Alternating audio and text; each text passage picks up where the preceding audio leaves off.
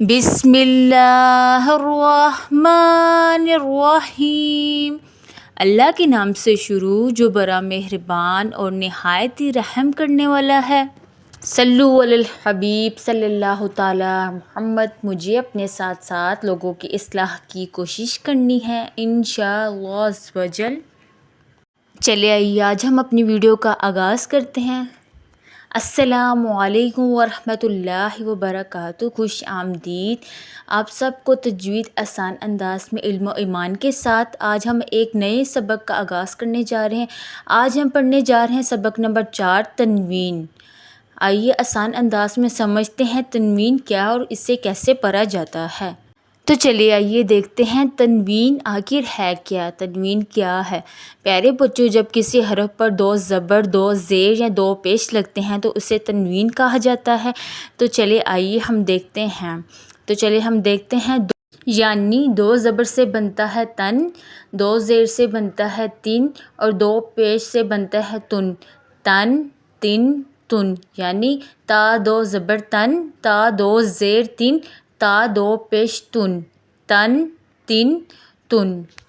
یہ 2 آوازوں کو ظاہر کرتی ہے اور پڑھتے وقت اس سے نون کی آواز نکلتی ہے۔ مثال کے طور پہ کتابن، کتابن، کتابن۔ آپ نے دیکھا ہر لفظ کے آخر میں نون کی آواز آئی، یہی تنوین ہے اور اسی کو ہی تنوین کہا جاتا ہے۔ اب ہم سیکھتے ہیں کہ تنوین کی کتنی قسمیں ہیں۔ تنوین کی 3 قسمیں ہوتی ہیں۔ کون سی؟ پہلی تنوین فتح یعنی 2 زبر، مثال کے طور پہ کاتابن پڑھا جائے گا کتابن، ٹھیک ہے، کاتابن پڑھا جائے گا کتابن۔ اور دوسرا ہے تنوین کسرہ یعنی 2 زیر، مثال کے طور پہ کتابن پڑھا جائے گا کتابن۔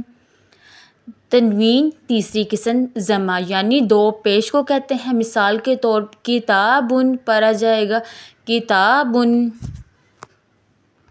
یہ تینوں تنوین کی قسمیں ہیں۔ یاد رکھیں جب بھی کسی لفظ کے آخر میں 2 حرکتیں آ جائیں تو آخر میں نون کی آواز نکالی جاتی ہے۔ نون کی آواز کیا نکالی جاتی ہے؟ نون کی آواز نکالی جاتی ہے۔ کبھی کبھی تنوین سے پہلے الف بھی آتا ہے اور کبھی نہیں آتا، یہ لفظ کے قاعدے پر ہوتا ہے، لیکن یاد رکھیں تنوین ہمیشہ نون کی آواز دیتی ہے۔ تنوین میں ہمیشہ نون کی آواز لازم آتی ہے، جیسے رسول، نبی، امامن، سب میں کے آخر میں نون کی آواز لازمی آتی ہے۔ چلے آئیے اب ہم تھوڑی سی مشق کرتے ہیں، آپ بھی میرے ساتھ دہرائیے۔ تا 2 زبر تن، تا 2 زیر تین، تا 2 پیش تن، تن، تن، تن۔ طوا 2 زبر تون، طوا 2 زیر تون، طوا 2 پیش تن، تون، تون، تن۔ زا 2 زبر زن، زا 2 زیر زن، زا 2 پیش زن، زن، زن، زن۔ زال 2 زبر زن، زال 2 زیر زن، زال 2 پیش زن، زن، زن، زن۔ نیچے والی 2 لفظ زوا اور دواد آپ نے خود پڑھنے اس کی پریکٹس کریں، ٹھیک ہے۔ اب سائڈ پہ ہے کتابن، کتابن، اور باقی آپ نے خود پڑھنا ہے، ٹھیک ہے۔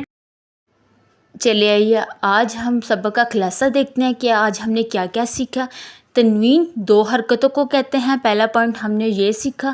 دوسرا پوائنٹ ہم نے یہ سیکھا ہے کہ تنوین کی 3 قسمیں ہیں۔ کون کون سی ہے؟ 2 زبر، 2 زیر اور 2 پیش، آخر میں نون کی آواز پیدا ہوتی ہے۔ ہم نے یہ سیکھا کہ تنوین کے آخر میں ہمیشہ نون کی آواز پیدا ہوتی ہے تو اس کو تنوین کہا جاتا ہے۔ یہ ہیں سارے پوائنٹس آج کا خلاصہ جو ہم نے آج پڑھا ہے۔ امید ہے آپ کو آج کا سبق تنوین لیسن نمبر 4 اچھی طرح سمجھ آ گیا ہوگا انشاءاللہ عز و جل۔ اگلے سبق میں ہم پڑھیں گے نون ساکن اور نون تنوین کے احکام جو تجوید کے لحاظ سے ہے۔